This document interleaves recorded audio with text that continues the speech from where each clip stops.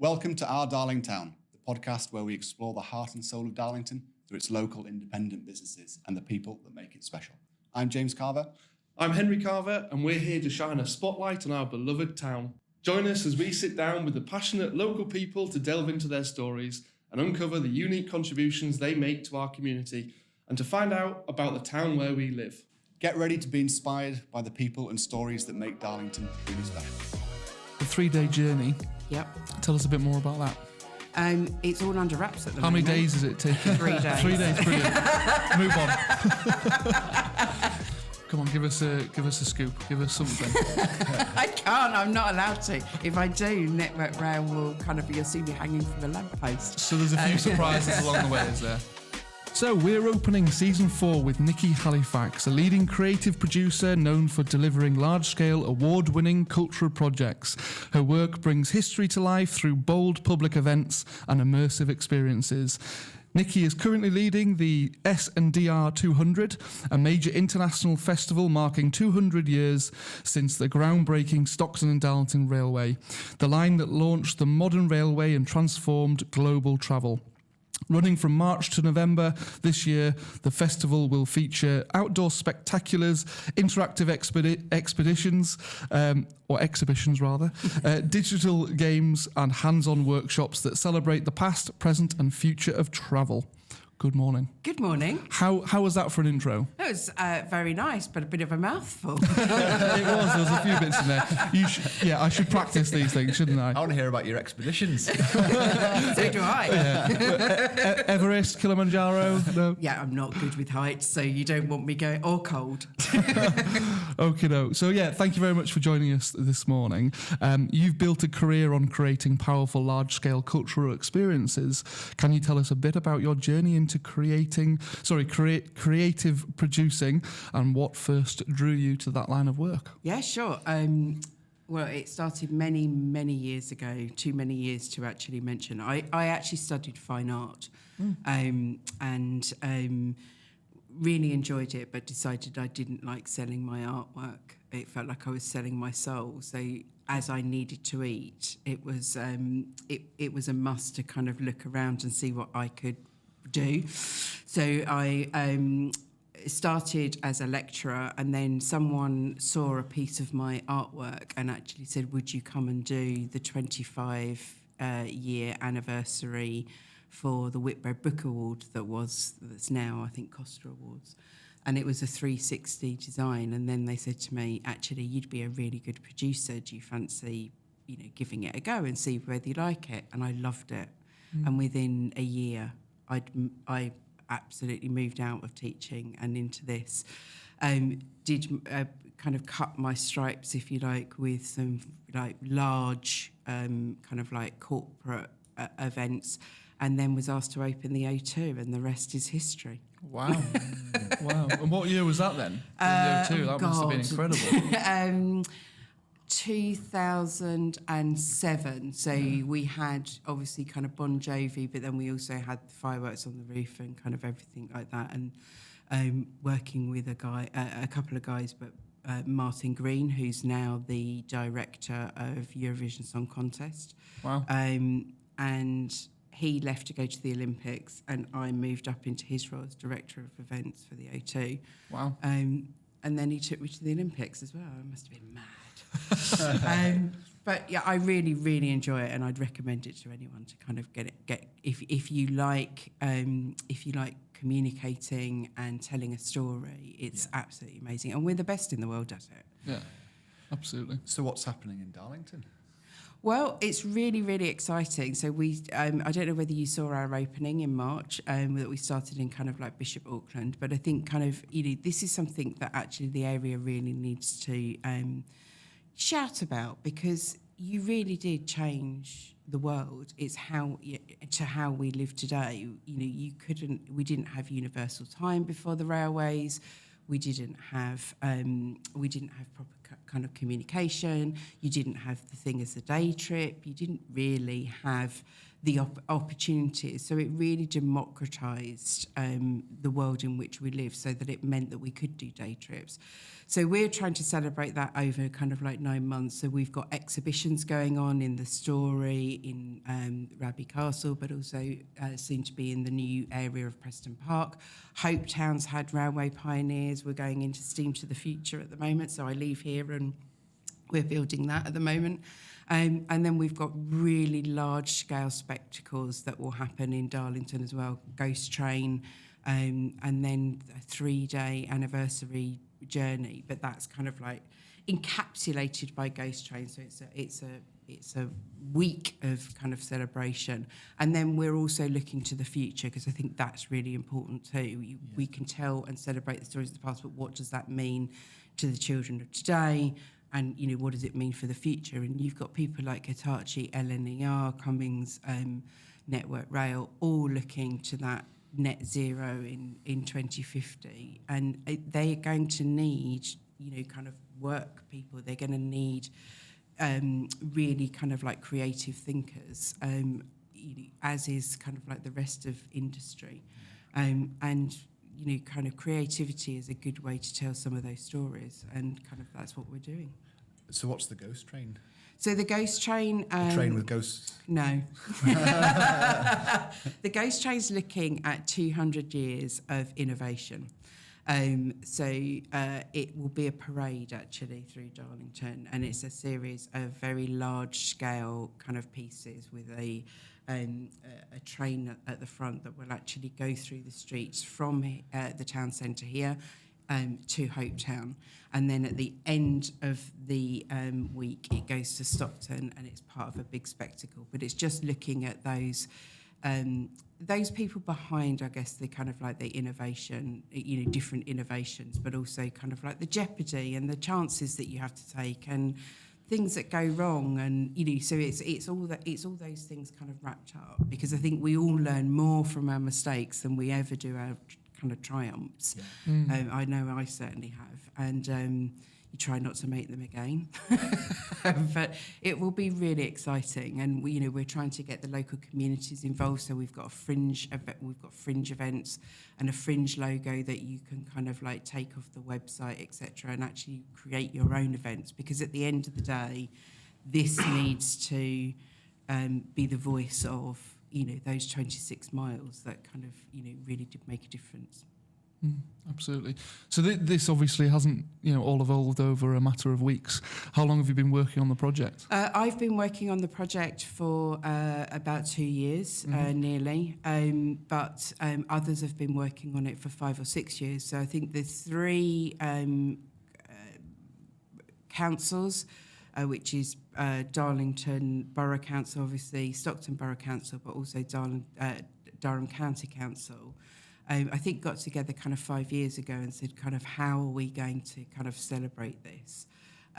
They had some kind of like different, different ideas, and, to their credit, they're working together with TVCA and NECA as well, and some of the larger kind of funding partners. And we've collected, kind of a group of people that all want to push in the same direction. So,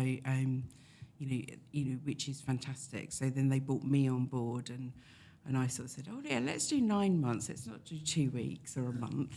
Let's do 9 months, and the rest is history. Because you need to take people on a journey. Yeah, no, absolutely. Yes, very apt.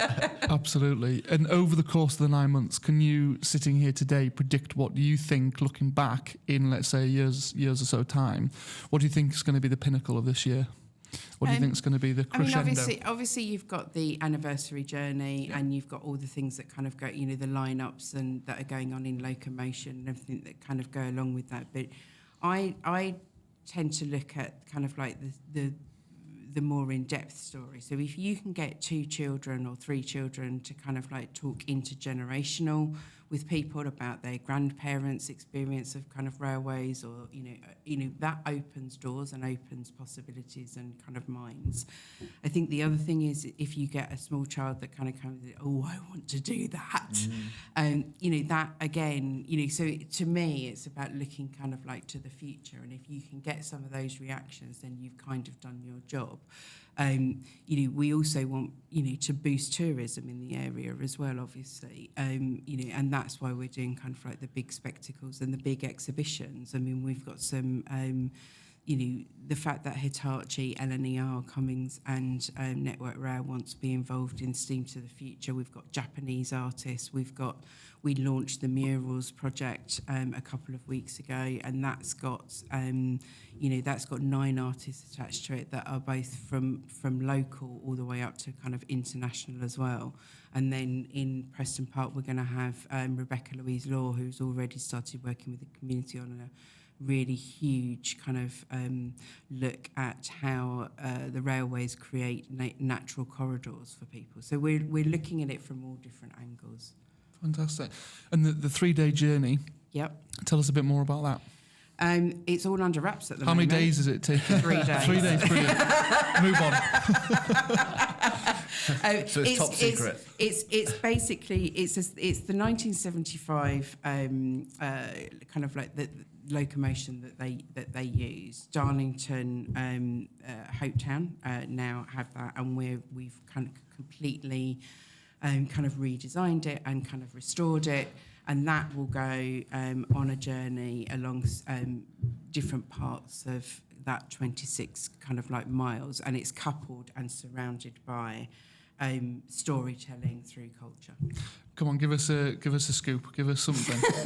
I can't. I'm not allowed to. If I do, Network Rail will you'll see me hanging from a lamppost. So there's a few surprises along the way, is there? We hope so. We hope As so. in, like celebrity, like appearances, or Well, we've already had, people like kind of Dan Snow come up, and and people that are kind of like really interested in kind of like interested in the railways.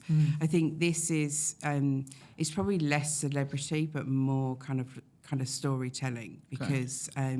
But there will be some celebrities, because we've got Steph McGovern, for instance, who's voiced the whole of the digital game for us, and that launches at the end of July, and that's a really beautiful that you can kind of download it on your phone, but you can also play it, from your hospital bed if you want to, or from Australia, and you collect different things, but it also makes you create a cavalcade, which is our sustainable way of kind of like giving a nod to the 1975 celebrations.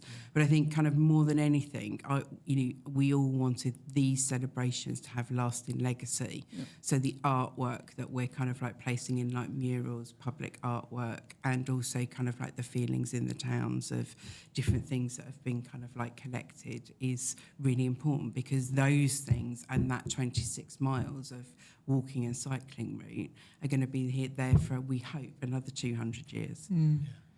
Yeah.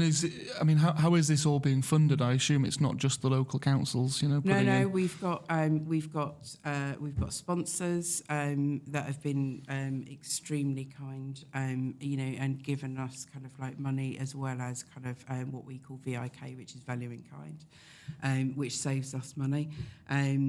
And that's Hitachi, S&DR, Amazon, the Hamptons, Caswell Group, to name a few. And then we've also got ACE, NHLF, Historic England, the National Railway Heritage Trust.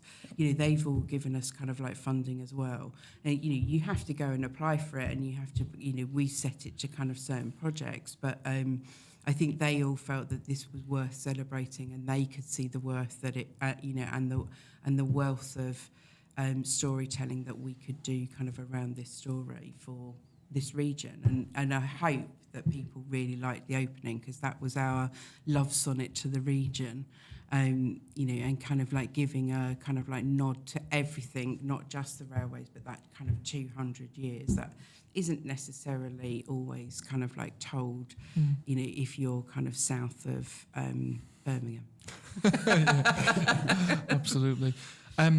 And Hopetown itself, then, how is that going so far, and what's the visitor sort of numbers like? And well, I don't run Hopetown itself. Yeah.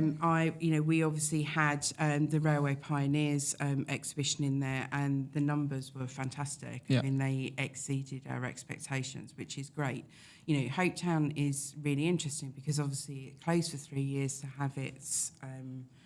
To have its kind of like Renovations all its and- changes and its renovations, and so you're starting from zero again from audience perspective, because 3 years is a long time in an audience head. I know that from the O2. You know, we also started from zero. Yeah. But I think it's a fantastic museum. People should really kind of like go and see it. There's so much that goes on kind of like down there. It does a lot with education as well. You know, and Preston Park and the Story and Locomotion, you know, they all do something slightly different, but they complement each other so well. Yeah. And I think from an outsider coming into the region, it's really lovely to see. If you like, we've got 7 museums and galleries kind of like working together to tell a slightly different kind of like story on the same theme, and that wouldn't happen, everywhere, because everyone would fight for, I want to tell this or I want to tell that, and you all end up telling the same story. But this is kind of, everyone's kind of really helped me do my job, and I'm eternally grateful for that. Yeah, absolutely. And your days must be pretty varied. They are. Yeah. I went to the King's Garden party yesterday in Holyrood. Did you really? That sounds all right. Fantastic. Yes, You flew over. the Lord Lieutenant kind of nominated myself, and I took a colleague, Richie Stiles, who's been working on the walking and cycling route and been really hard for kind of 3 years. So, but yeah, we went to do that. So that was very varied. And then today I'm going to paint some walls in. Go back to your roots in of being an artist. Yeah, I think they are hoping that I don't go back to my roots and fling the paint around. Let us know how that goes. Yeah, and then tomorrow down in London to see the Women of the World International Festival, because we've obviously got them coming up in October, and that's the first time they've been here as well.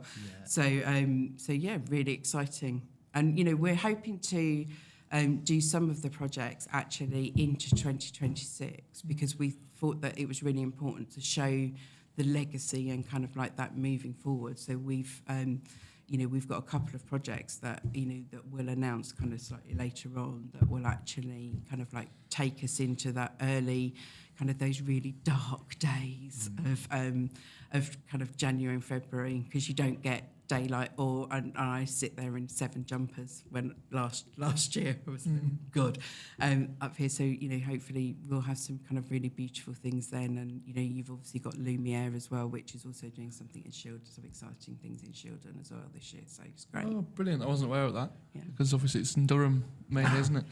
Yep, but they always do a little bit, and they're doing it in Shildon this year as a nod to S&DR 200, so which is fantastic.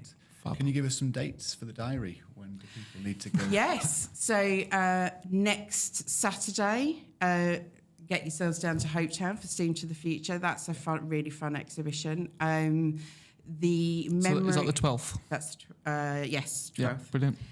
Memory of a Journey will start on the, I want to say 23rd of July, which is in Preston Park, which is, we created 22,000 kind of like peg dolls, sent them out into the community and said, do your worst and actually send them back with your most memorable journey. Well, we've got thousands, thousands back. So we're actually doing a growing exhibition. So it'll be like the terracotta army of peg dolls, and then they'll actually start appearing as well in Darlington and in Durham, because we've got so many that Preston Park said we can't take all of them, and then we're going to digitise those. So that's really exciting. So get down to that, and then on the 20th of September and the 28th of September is the really important kind of ghost train. 20th here in Darlington, 28th in Stockton. 26, 27, 28 hold this space. That's obviously kind of like the anniversary journey. And then the 17th and 18th of October as well. And one of those days is a schools takeover day that's going to happen in Durham City. Oh, really? Yeah. Tell us a bit more about that.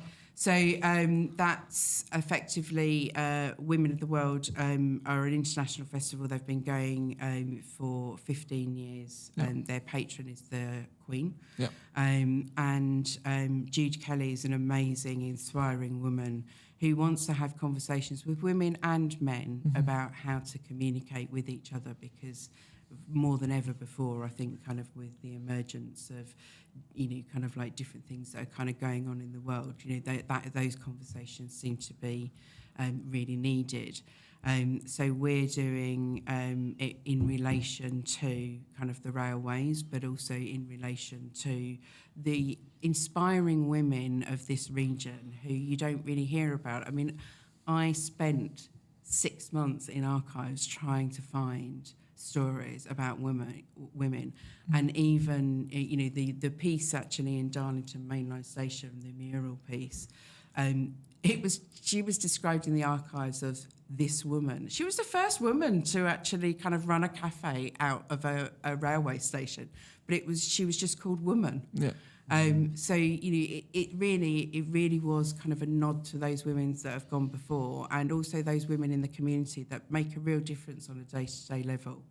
And also giving women and boys and or everyone an opportunity to kind of like talk about their truth and about their worries and about their fears, and see whether we can kind of like do something positive for kind of like for the future, so that we don't have to keep kind of like having these conversations or these kind of other kind of issues, because I think kind of the younger generation can teach us a thing or two about some of the some of the challenges that we're finding at the moment. They've embraced kind of climate change, recycling. It's my generation that hasn't. So there is some learning to do in both directions, I think. Reverse mentoring. Yes. Yeah. Although we are doing some mentoring, but we will have some amazing people at that will kind of hopefully really inspire people to kind of get involved in all sorts of things. You're clearly passionate in terms of what you do. Obviously, it's a very varied role. Yes. What do you think is the most rewarding part of your job?